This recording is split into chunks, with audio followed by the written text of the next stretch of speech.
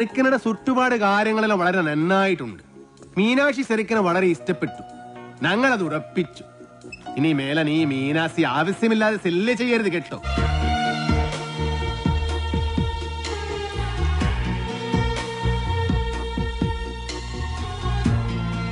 ഏടാ, ചന്ദ്രമോഹനെ കൊണ്ടുവന്ന ആലോചന വേറെ യാരുമല്ലടാ, നിന്റെ ആടാ ഡബ്ബനാൻ മകനെ.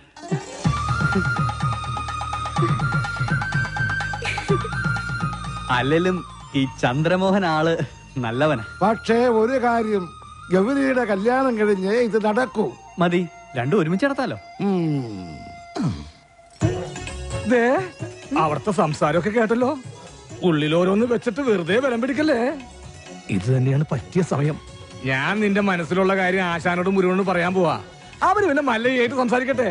പറയട്ടെ. ഈ മൗനം ഞാൻ സമ്മതമായിട്ടെടുത്തോട്ടെ. അല്ല, മല്ലയോട് പറയാനുള്ള സമ്മതം.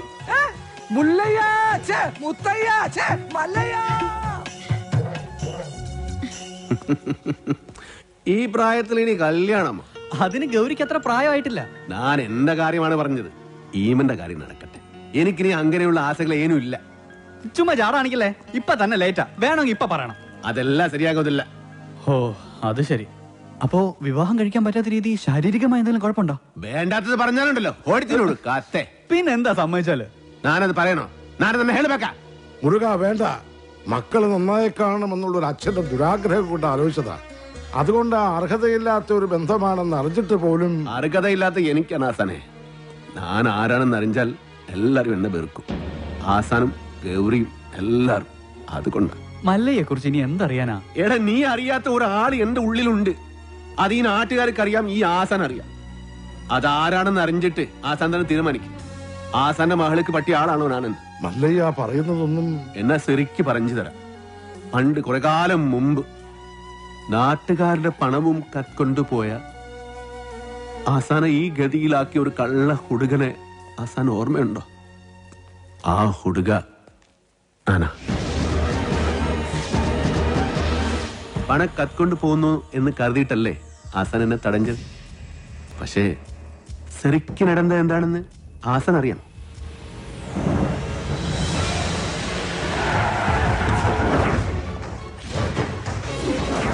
അപ്പൊ മലയാളം അറിഞ്ഞുകൂടാത്ത എനിക്ക് അവർ പറഞ്ഞതൊന്നും മനസ്സിലായില്ല.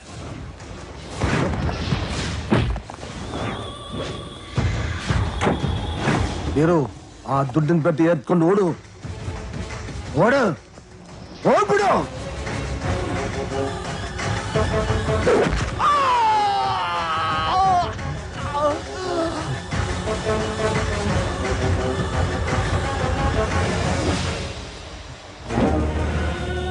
ಅಣ್ಣವರೇ, ಅಣ್ಣವರೇ, ಅಣ್ಣವರೇ, ಏನಾಯ್ತು ಅಣ್ಣವರೇ? ಮಾತಾಡಿ ಅಣ್ಣವರೇ, ಏನಾಯ್ತು ಅಣ್ಣವರೇ?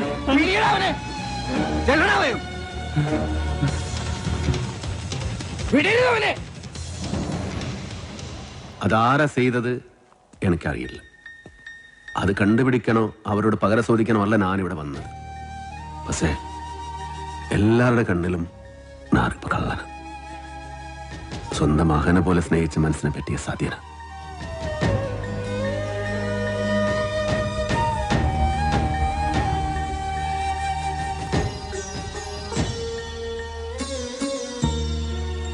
മറ്റാരെയോ രക്ഷിക്കാൻ അന്ന് കുറ്റം വീരുവിന്റെ തലയിൽ കെട്ടിവെച്ചതാണെന്ന് എനിക്ക് സംശയമുണ്ടായിരുന്നു.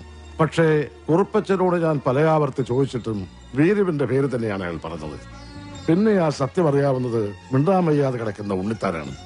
ഇനി ആ സത്യം അറിയണമെങ്കിൽ ഉണ്ണിത്താൻ സംസാരിക്കണം. എങ്കിലേ പഴയ വീരു തെറ്റുകാരനല്ലെന്ന് ഈ നാട്ടുകാർ വിശ്വസിക്കൂ.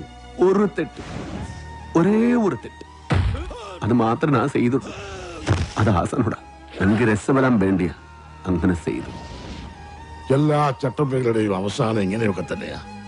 ഞാൻ ചെയ്ത തെറ്റുകൾക്ക് ദൈവം എനിക്ക് തന്ന ശിക്ഷ. അത്രയേ ഉള്ളൂ. ഈ അവസ്ഥയിലിരിക്കുന്ന എനിക്ക് എന്റെ മക്കളുടെ ജീവിതത്തെ കുറിച്ചുള്ള വേവലാതിയേ ഉള്ളൂ. അവർക്കൊരു ജീവിതം കിട്ടുമെങ്കിൽ പഴയതെല്ലാം മറക്കാൻ ഞാൻ തയ്യാറാണ്. സ്റ്റോപ്പ്. ചവിട്ടി നിർത്തിക്കോ. വെറുതെ എന്റെ ഭാര്യയെ കൊണ്ട് വെള്ളസാരി ഉടുപ്പിക്കണ്ട. എന്താടാ മുതലാളി, എനിക്ക് കുറച്ച് ഒറ്റയ്ക്ക് സംസാരിക്കാനുണ്ട്. നീ ഒറ്റയ്ക്ക് സംസാരിച്ചോ? ശരി. വണ്ടി എടുക്കടാ. അതല്ലാന്ന് നമുക്ക് രണ്ടുപേർ കൂടി ഒറ്റയ്ക്ക് സംസാരിക്കാനുണ്ട്. മുതലാളി വന്നേ. മല്ലയ്യയുടെ ബംഗ്ലാവിൽ ചില കല്യാണ ഗൂഢാലോചനകൾ നടക്കുന്നതായി എനിക്ക് ന്യൂസ് കിട്ടിയിട്ടുണ്ട്. ആശാന്റെ പെൺമക്കളെ മല്ലയും മുരുകനും ചേർന്ന് പടലിയോടെ കെട്ടാൻ പോണത്രേ. അതിലൊരു ചതിയില്ലേ? എന്ത് ചതി? അപ്പ മുതലാളിയുടെ ഡോക്ടർ പെണ്ണിനെ ആ മല്ലയ്യ കെട്ടില്ല. ഓഹോ, അപ്പൊ നീ മല്ലയുടെ ഭാഗത്താണോ? കഴിഞ്ഞ ദിവസം മല്ലയും ഡോക്ടർ പെണ്ണും തമ്മിൽ തോട്ടത്തിൽ വെച്ച് ഹൃദയങ്ങൾ കൈമാറുന്നത് പല തൊഴിലാളികളും കണ്ടതാ. എന്നിട്ടിപ്പ മറ്റവളെ കെട്ടാൻ പോകുന്നെന്ന്. ഇത് നമ്മുടെ ശ്രദ്ധ തിരിച്ചുവിടാനുള്ള ഒരു ചട്ടമ്പി നാടകമല്ലേ എന്നാണ് ഞാൻ ചോദിക്കുന്നത്. അവൻ എന്ത് നാടകം വേണമെങ്കിലും കളിക്കട്ടടാ, നമുക്ക് കാണാം. നാടകം കളിക്കാൻ അവനാര് എണ്ണൻ പിള്ളേ? ഇതിലെന്തോ ചതിയുണ്ട് മുതലാളി. അതെന്താണെന്ന് നമുക്ക് ചോർത്തിയേ പറ്റൂ. അതിന് എന്റെ ഇല്ലാത്ത ബുദ്ധിയിൽ ഒരു ഐഡിയ തോന്നുന്നുണ്ട്. നമ്മുടെ കൂട്ടത്തിൽ ആരെങ്കിലും മല്ലയ്യയുടെ ആളായി മാറി അവരുടെ കൂടെ നടന്ന് രഹസ്യങ്ങൾ ചോർത്തണം. അതിന് പറ്റിയ ആള് ഞാൻ തന്നെയാ. പക്ഷേ ഞാൻ മുതലാളിയുടെ അടുത്ത ആളാണെന്ന് ഇവിടെ എല്ലാവർക്കും അറിയാം. അല്ലെങ്കിൽ ഞാനും മുതലാളിയും തമ്മിൽ തെറ്റിയെന്ന് ആൾക്കാരെ വിശ്വസിപ്പിക്കണം. അതൊക്കെ വലിയ ബുദ്ധിമുട്ടല്ലേ? അതിലൊരു ബുദ്ധിമുട്ടും ഇല്ല. അത് വിശ്വസിപ്പിക്കുന്ന കാര്യം ഞാൻ ഏറ്റു. അതെങ്ങനെ? ഞാനും മുതലാളിയും കൂടി നിന്നെ ഇവിടെ ഇട്ടിപ്പോ പരസ്യമായി തല്ലാൻ പോകും. തല്ലാനോ? അയ്യോ അത് വേണ്ട, എനിക്ക് ചിലപ്പോ നോവും. നീ പറഞ്ഞ ഐഡിയ നല്ലതാടാ തന്നെ മുതലാളി. അപ്പൊ ഞാൻ തന്നെ തുടങ്ങി നോക്കാം. തമാശ കളിക്കല്ലെന്ന്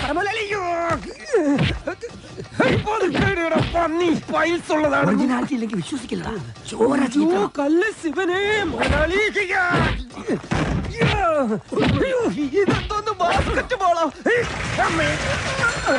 വേണ്ട, മേലിൽ നിന്റെ മുതലാളിയുടെ മുന്നിൽ കണ്ടുപോരുത്. മല്ലയ്ക്ക് സ്തുതി പറഞ്ഞവന് മല്ലയ്യയുടെ കൂടെ പൊക്കോണം. ഇനി എന്റെ കരുത്ത് മുഴുവൻ ഞാൻ മല്ലയ്ക്ക് വേണ്ടി ഉപയോഗിക്കൂടാ. കാട്ടാപ്പള്ളി ഇനി അവിടെ വരെ എങ്ങനെ നടന്നെത്തുവെന്തോ. ഇത്രയും കാലം കാട്ടാപ്പള്ളിയുടെ കൂടെ നടന്നിട്ട് എന്ത് ധൈര്യത്തിലാണ് നീ ഇങ്ങോട്ട് കയറി വന്നേ? പൊക്കണം. ഞാൻ പോവൂല. നിന്നോട് പോകാനല്ലേ പറഞ്ഞത്? ഞാൻ പോവൂലെന്നാലും ഞാൻ ആദ്യം പറഞ്ഞു. നിന്ന് കിടക്കുന്നത് കണ്ടില്ലേ? അത് ചോദിക്കണേ. ചോദിച്ചു പാവം കിട്ട. ഒരു ഗുണ്ട തല്ലുന്നതിനൊക്കെ ഒരു അതിലുണ്ട്. ഇതെല്ലാം പഞ്ചായത്ത് പട്ടികൾക്ക് എല്ലാം കഷണം കിട്ടിയമാതിരി ഒരുമിച്ചല്ല കടിച്ചു പറിക്കണത്. നാണമില്ലടാ നിനക്കൊക്കെ. ധൈര്യം ഉണ്ടെങ്കിൽ ഒറ്റയ്ക്ക് വാടാ. ഒറ്റയ്ക്ക് വന്നാ എനിക്ക് അത്രയും കുറച്ചടി ഉണ്ടാ മതിയല്ലോ. മല്ലയാ, ഞാൻ പോകണേ. എല്ലാരും കൈവച്ചല്ലോ, ഇനി ആർക്കും പരാതിയില്ലല്ലോ. ഇതൊരു കാര്യം മറ്റേടത്ത് ഐഡിയ ആയിപ്പോയി. അവിടുന്നും കിട്ടി ഇവിടുന്നും കിട്ടി.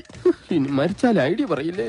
അവനാ നാഗേന്ദ്രൻ പറഞ്ഞു വിട്ടതായിരിക്കും നമ്മ രഹസ്യങ്ങൾ സോർത്താൻ. ചില സമയത്ത് സത്യേക്കാൾ ബലനാണ് ബുദ്ധി. ഞാൻ പറഞ്ഞിട്ടില്ലേ? കട്ട്കൊണ്ടാ ആട്ടാടോണ.